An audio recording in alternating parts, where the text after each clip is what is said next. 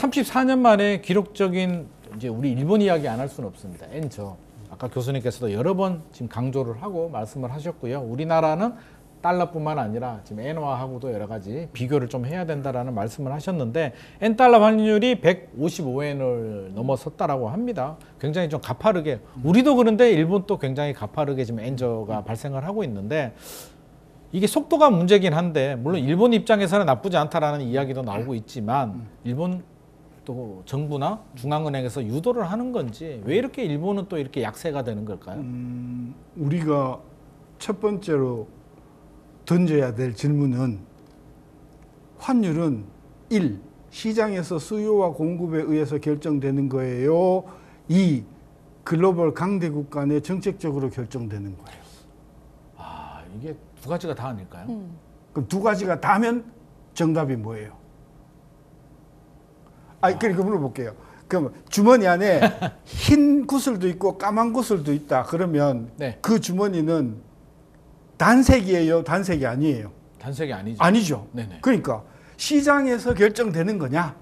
아니면 때때로 정책적으로 개입하는 거냐? 두 가지가 때때로 다죠. 정책적으로 개입을 개입한다. 하죠. 그러면 그 체제는 시장에서 결정되는 체제예요? 정책으로 결정되는 거예요? 정책도 영향을 주는 체제죠. 아니지. 아니에요. 개입을 할 필요가 없을 때는 오케이. 시장에서 가. 네. 근데 이게 아니야. 라고 하면 정부가 개입하는 거죠. 그러니까 40년 동안의 글로벌 환율이 많은 사람들은 시장에서 수요와 공급에 의해서 결정이 된다고 이야기를 하는데 어쩌면 100날 중에 한 80일은 그렇게 결정될지 몰라. 근데 20날은 정책이 개입을 한단 말이에요. 하죠. 그러면 특히 일본 같은 경우는. 지금 155엔 과거에 250엔에서 80엔까지 내려올 때도 네. 뭐 플라자 합의라는 개입이 있었지만 있었죠. 결론은 뭐냐? 저는 미국의 개입 내지는 미국의 묵인이 있다. 라고 봐야 있다. 된다. 그러면 중요한 엔저로 것은 가라. 그렇죠. 엔저로 가라 하는 게 아니라 엔저가 미국의 국가 이익에 부합이 된다. 꼭 지금은요? 판단한다는 거죠. 왜 엔저가 미국의 국익에 그러니까 이게 뭐 근거 없는 그냥 추측인데. 네네. 미국의 입장에서 제일 중요한 정책 변수는 중국이다. 그렇죠. 중국을 살리면 안 된다. 지금은 그렇습니다. 영원히 그래요. 네. 뭐냐면은 네. 아이고 중국 가만 놔둬봤자 저거 뭐 공산주의 국가가 그렇죠. 그러다가 지금은 상황이 달라졌죠. 그렇죠. 네네. 그래서 트럼프서부터 야 중국은 저거 가만 놔두면 나중에 우리가 당할 수 있겠구나. 우리 편이 아니야. 라고 생각을 하고 네. 이제 중국을 이제 때리기 시작했죠. 맞습니다. 바이든이 그게 너무나 멋있는 거예요. 아. 와 트럼프가 사람은 쓸모없는데 정책은 진짜 쓸모있다. 그래서 답습을 했잖아요. 네네. 결론 미국의 입장에서는 공화당이든 민주당이든 최대의 적은 중국이다. 맞습니다. 그럼 중국을 완전히 포위시키고 가두어 놓기 위해서는 일본의 힘이 중요하죠. 없어야 돼요? 있어야 돼요. 당연히 그렇죠. 있어야 따라서 일본이 제조업적으로나 기술적으로나 금융적으로 중국을 확실하게 이게 가두어 놓기 위해서는 일본 경제가 살아나야 된다. 야, 이렇게 본다면 또 과거 역사는 되풀이되는 것 같습니다. 이게 그렇죠. 2차 대전 끝나고 결국 미국의 국익을 위해서 또 일본에 대해서 일본 경제를 또 살려준 거잖아요. 그렇죠. 결과적으로. 그때는 이제 고정 환율이었기 때문에 환율 가지고 이제 장난을 못 쳤지만 70년대 중반 이후에 이제 변동 환율 체제로 오고 나서는 그동안 일본이 너무 건방지게 놀아가지고 일본은 강세로 가갖고 그렇죠, 맞습니다. 죽였잖아요. 네. 어디 우리를 그 사이에 덤벼 뭐 이런 게 공백을 있었죠. 누가 차고 나왔냐? 중국이 차고 나왔잖아요. 맞습니다. 그러면 중국을 치기 위해서는 또 한 번 일본 행화가 우리가 기억해야 할 건 뭐냐면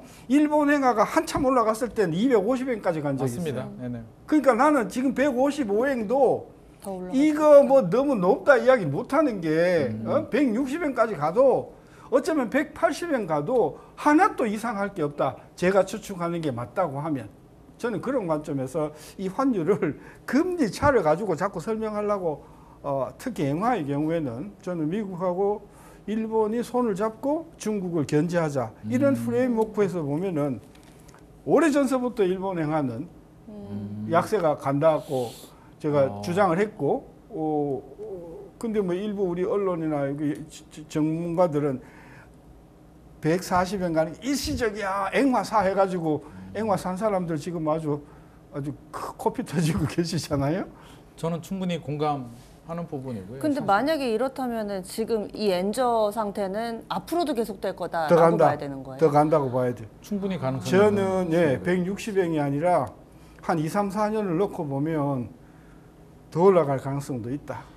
이 얘기는 우리도 긴장해야 되는 그쵸. 부분인 것 같습니다. 일본의 수출 경쟁력이 강화된다는 얘기는 네. 우리나라 수출로 먹고 사는 우리나라 기업과 경제 입장에서 그러죠. 본다면 그러죠. 굉장히 좀 긴장을 해야 그거는 되고 우리 앵커님이 최소한 4년, 5년 앞을 내다보는 해안이 있는 거예요. 문제는 뭐냐? 대한민국의 정책을 담당하는 여야가 네. 그런 시각이 없다는 거예요. 그런 시각이 없고 아유. 일본 행화가 약세가 되는 게 그렇죠?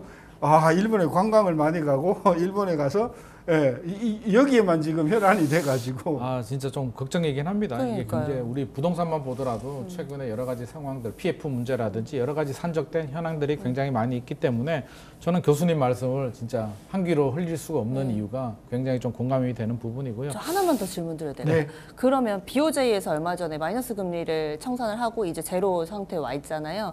그런데도 이 환율의 움직임을 잡지를 못했고 앞으로도 조금 더 올릴 수 있다, 플러스로 갈 것이다라는 그런 전망들도 있던데 그럼 BOJ에서 이렇게 나서더라도 엔저를 막을 수는 없을 것이다. BOJ가 지금 0.1%로 기준금리를 올렸는데 그게 뭐 사실은 마이너스 0.1에서 플러스 0.1이니까 율로 따지면 뭐 200% 올라갔다고 그러지만 미국하고 금리 차 5.5에 비하면은 여전히 거의 저금리죠. 우지이는 것도 아니에요. 그래서 일본이 진짜로 앵화 환율을 130엔대, 135엔대로 내리려고 하면 일본이 기준금리를 최소한 1%나 2%포인트대로 올려줘야만 그게 가능한데 일본이 그래야 할 이유는 하나도 없다는 거지. 왜? 거의 0% 금리 유지해도 인플레도 크게 걱정 안 돼. 그죠? 그렇죠. 환율이 올라가니까 관광객은 너무 많이 와서 고민이야. 그리고 일본의 제품들이 지금 잘 팔리기 시작을 했어. 이렇게 되면 일본으로서는 완전히 그죠? 꽃놀이패예요. 콧놀이패죠.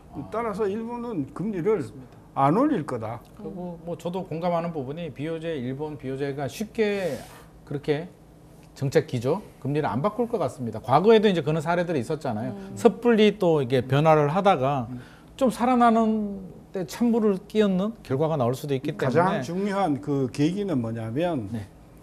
일본이 돈을 풀잖아요. 네네. 돈을 팡팡팡팡 풀면 이게 우리나라 같이 돈 풀리는 족족 땅을 사고 부동산을 사면 이게 나라가 망가지지만 돈을 풀었더니 그 돈을 가지고 뭘 하냐? 미국 주식 사지, 한국 주식 사지, 한국 땅 사지. 그러니까 일본은 돈을 풀면 푸는 족족 그게 외화 자산으로 맞습니다. 바뀌어 들어오는 거거든요. 그러니까 인플레가 생길 이유가 없는 거예요. 돈이 계속해서 빠져나가니까. 참 우리하고는 좀 다른 나라인 것 같기도 하고요. 해외 자산 1위가 일본입니다. 그래서 가장 많은 해외 자산을 가지고 있는 국가이기도 합니다. 자, 오늘 주제가 일본은 아니지만 본의 아니게 또 일본 이야기까지 하게 됐고요. 자, 경제적인 이런 여러 가지 변동성 상황을 가지고 이런 디딤돌을 가지고 좀 다양한 투자들이 좀 생기고 있다고 해요. 뭐 금도 있고 여러 가지가 있는데 요즘 이렇게 다양한 투자와 또 주의해야 될 점 우리 박상정 앵커님께서 한번 정리를 해주시면 좋을 것 같습니다. 네, 앞서 금에 대해서 좀 자세하게 다뤄봤으니까 금 투자 부분에서도 익숙하지 않으시고 좀 생소하실 것 같아서 여러 가지 좀 주의사항들이 있더라고요. 금 하면은 골드바를 직접 구매하는 방법들이 있는데 이럴 때 주의해야 할 점은 너무나도 단순하게 안전이 중요합니다. 안전. 예, 그렇죠. 골드바 갖고 있다가 뭐 도난이라도 당한다든지 그렇죠. 잃어버린다든지 뭐 이런 부분들 너무 단순하지만 이런 부분들 좀 주의해야 되고 직접적으로 사실 때는요. 그리고 ETF를 활용하시는 경우들도 많은데 ETF 같은 경우는 이 배당세를 내야 됩니다. 그리고 사고 팔 때는 약 1%의 수수료가 붙고요. 이자가 없고 여기에다가 예금자 보호 대상에서 제외가 된다라고 합니다.